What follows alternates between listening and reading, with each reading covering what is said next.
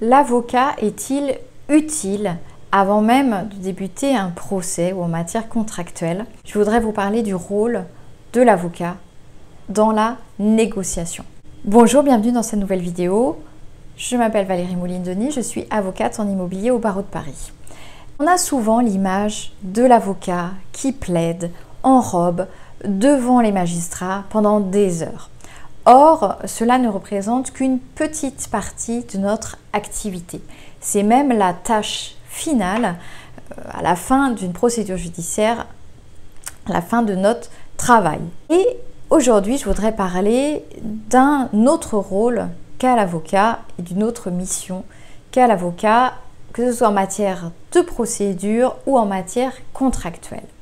Parce que l'avocat a aussi un rôle de négociateur. Je ne parle pas de conciliateur. C'est en cela que c'est différent d'un conciliateur de justice ou d'un médiateur qui, lui, va essayer de rapprocher les parties.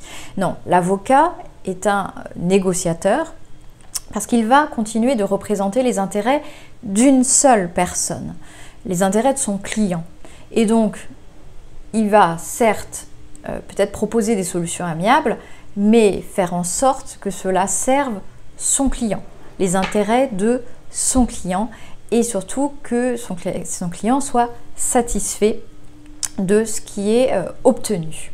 Alors l'avocat peut jouer ce rôle dans le cadre de procédures judiciaires, dans le cadre notamment de précontentieux, donc avant de saisir le juge, ou alors dans le cadre contractuel tout simplement, que ce soit dans le cadre de transactions immobilières ou de rédaction de contrats de baux par exemple. Alors on va prendre un exemple concret en matière de procédure judiciaire dans le cadre d'un précontentieux, donc avant de saisir le magistrat. Par exemple, en matière de loyer impayé, parce que c'est très facile à comprendre. L'avocat va souvent intervenir avant de saisir le magistrat. Il va intervenir en rédigeant et en adressant souvent une mise en demeure à l'adversaire.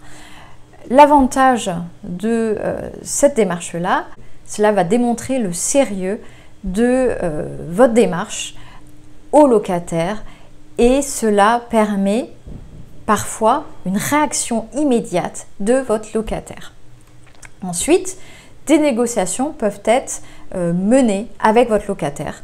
Et par exemple, en matière de baux commerciaux, ça se fait souvent, votre locataire va prendre un avocat et les avocats vont se rapprocher pour négocier entre eux et essayer de trouver une solution amiable.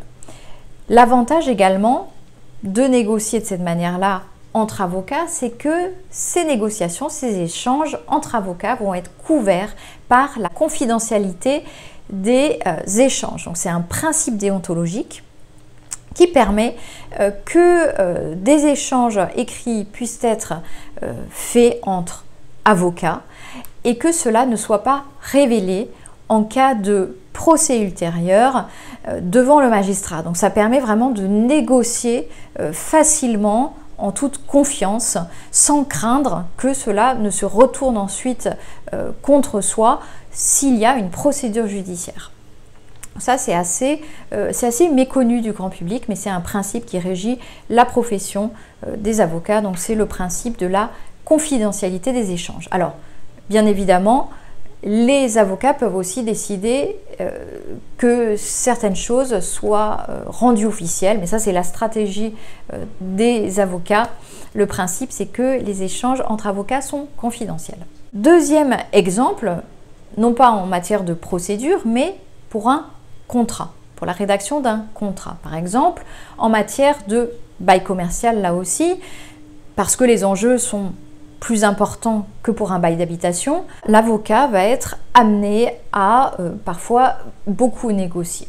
C'est-à-dire que vous pouvez remettre un projet de bail commercial à votre avocat et qui analysera les clauses et au vu de ce que vous souhaitez, eh bien les clauses ne vous seront pas favorables. Et c'est en cela qu'il va falloir ensuite renégocier les clauses. Votre avocat va renégocier les clauses avec votre interlocuteur et va donc réécrire les bonnes clauses pour aboutir à un contrat satisfaisant. Quand je dis satisfaisant, c'est un contrat satisfaisant pour vous, donc qui permet qui sécurise le projet, qui répond à vos objectifs et qui vous permet de réaliser le projet immobilier projeté. Parfois également, au-delà même de la simple négociation et réécriture du contrat, il peut même y avoir des actes connexes qui sont nécessaires en fait pour la bonne réalisation du projet, des actes annexes, des protocoles même d'accords autres, donc il va falloir que l'avocat a négocié et qu'il va falloir ensuite signer entre les parties, et tout cela, donc c'est dans l'intérêt du client. Alors j'espère que vous aurez mieux appréhendé cette mission de l'avocat qui fait partie intégrante de son activité, et moi je vous retrouve dans une prochaine vidéo.